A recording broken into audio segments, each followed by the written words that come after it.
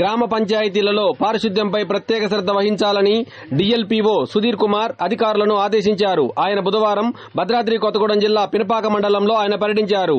ఈ సందర్భంగా జరుగుతున్న పనులను ఆయన పరిశీలించారు. ఇప్పుడు ఆయన మాటల్లో విందాం.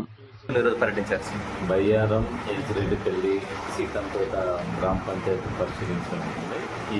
ఈరోజు స్వచ్ఛదనం కార్యక్రమంగా ఎక్కడైతే డ్రైన్స్, తర్వాత స్టాగ్నేట్ వాటర్, మళ్ళీ ఇంకా పార్క్ వర్క్స్ ఉన్నాయో ఆ కార్యక్రమం ఈరోజు చేయవలసి ఉన్నది.